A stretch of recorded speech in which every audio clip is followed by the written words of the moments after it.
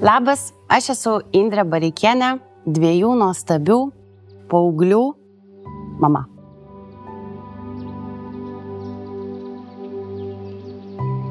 Būti 2 paauglių mama yra didžiulis iššūkis, o gal šiaip toksai naujas pereinamasis laikotarpis, nes kartu su jų augimu keičiuosi ir pati. Cecilijai yra 13 metų, bet jinai yra tikrai senos sielos, brandžios sielos moteris ir Pranciškui bus žiemą 11 metų.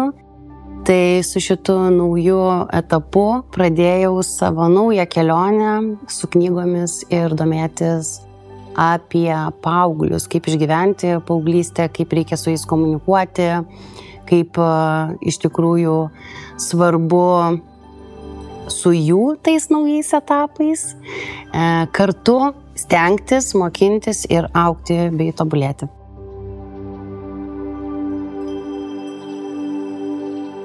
Kažkaip, manau, su Cecilija užmezgėm tokį ryšį ir kalbėjome ir ruošėmės abidvi jos paauglystėj. Mes turėjome tam tikras taisyklės, kuomet galėjau padėti jai. Tai visų pirma su tuo pačiu normaliu klausimu, kuo aš tau galiu padėti. Tada kartais būni tiesiog šalia ir tyli, nes dažniausiai mes tėvai, norėdami padėti, kažkaip vis tame pokalbyje su vaiku pradedam pamokslauti, mokinti. Iš to gimė su Cecilija taisyklė, kur jinai sako, mama, man dabar reikia draugės. Tai reiškia, kad aš neturiu teisės moralizuoti, negaliu jai aiškinti, vadovauti ir kartu su jie kaip su drauge tiesiog sakyti, jo, tas tai jau tikrai kažkoks, jau tikrai nevykėlis. Ir tada gal eigoje pokalbio atsiklausiu dar, ar negali grįžti mama. Dažniausiai jinai negali grįžti, kas irgi liūdina, bet gal džiugina šitoje taisyklėje mūsų, kad jinai kalba. Tai beproto yra svarbu per tą kalbėjimą ir tą ryšį susikurti pasitikėjimą vaiko atžvilgiu, kad jisai jaustųsi saugus. O su Pranciškum yra visai kitaip. Visi pokalbiai yra per žaidimą. Tai nežaidžiu gal krepšinio labai gerai, bet Pranciškui labai smagu. Ir tiesiog per žaidimą eigoje mes galim pašnekėti, kaip jisai jaučiasi, kaip jisai gyvena, kas jam sekasi, kas nesiseka.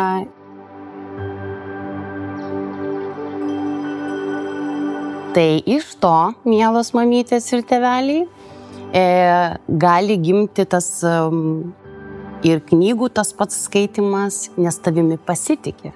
Jeigu tu sakai, rekomenduoji kažkokią tai knygą arba jos atsiklausi, tai man atrodo ypatingai paaugliams yra svarbu, kai jie turi galimybę rinktis.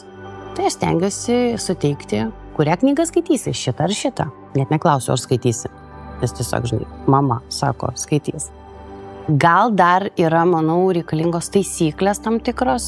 Mes turime ypatingai vasaros metu, kai nėra tokio rutinos, disciplinos, bet mes turime net, kad nebūtų chaosas, kad būtų aišku vaikams, mes turim tokią atrakinimo į kompiuterį ir telefoną paėmimo užduotį.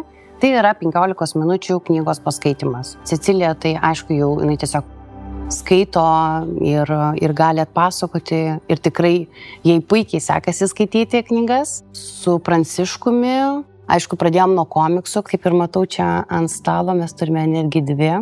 Tai šunienas, komiksai. Aš galiu pasakyti, mamos ir tėčiai prisijuoks, nes tikrai labai juokinga. Taip, tai to pasirinkimo yra labai daug ir tas ir džiugina. Yra ir aišku audio knygos, jeigu jūsų vaikai klausosi, jeigu tarkime važiuojate automobiliu, o mes važiuojame ir važiuosime visus mokslo metus ir praleisime daug automobilyje, tai yra geriau gal net ne radiją klausytis, o tam tikrą knygą, galbūt kurią ir skaito, nes yra galimybės ir audio knygos. Skaitimo ritualai pas mus pagal sezoniškumą skiriasi. Vėlgi, kaip minėjau, vasaros metu tai kaip tik knygų skaitimas yra pirmoje dienos pusėje, dėl to, kad tu esi dar pabudęs, bet dar neturi tiek daug tos energijos atsisakyti skaityti knygą. Ir tai yra tas, kaip čia, atrakinimo kodas į telefoną.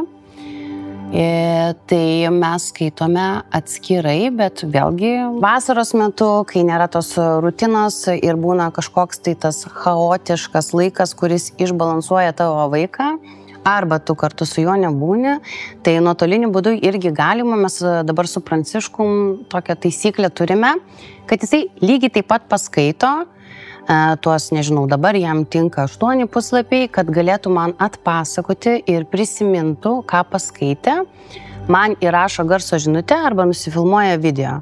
Mes kartu iš karto aptariam ir suprantu, kad jam tai labai tinka, nes jam daug įdomiau skaityti ir pasakoti, nes jis tada jaučiasi labai ir svarbus, manau, ir tas kažkoks tai ir dėmesys yra, ir jisai nori skaityti toliau, nes čia laukia klientė mama, kuri visų nekantramų, kasgi toliau, kaipgi baigsis šitą istoriją.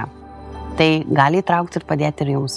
Dar kitą prisiminiau tokį tipsiuką, gal jums suveiks, nes tarkim vaikas pasiema tokią knygą ir jį iš karto gąsdina, kad o Dieve, kiek čia puslapių, aš niekada jos nepaskaitysiu. Ir tiesiog paskaičiuojame, kad jeigu tu šiandieną paskaitysi ten, tarkim, 20 puslapių, žiūrėk, sekančią dieną paskaitysi 25 ir tiesiog jisai vaizdžiai mato, kiek jam liks ir kiek dienų, per kiek dienų, nors Pranciškus sakė, kaip pačią pirmą savo tikrai storą knygą ir, aišku, ne komiksus, skaitė, jisai suprato, kad, tai misija įmanoma. Tai pasiskaičiavus puslapių kiekį per dieną, pasiskaičiavus dieneles, žinokit, viskas įmanoma.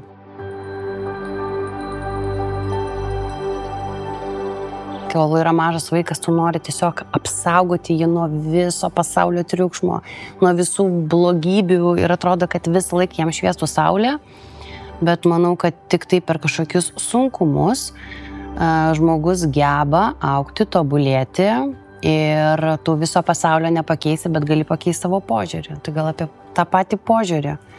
Paaiškinti vaikui, kodėl jam reikia skaityti, kodėl, kam tai yra reikalinga ir vėliau jau tiesiog šiek tiek atsitraukti ir pasitikėti savo paaugliu. Nes, man atrodo, ta tokia bambagyslė, nors tikiu, kad yra 2 bambagyslės, žinai, viena nukerpa tik gimus vaikui, o kita lieka visą gyvenimą, bet jinai ilga.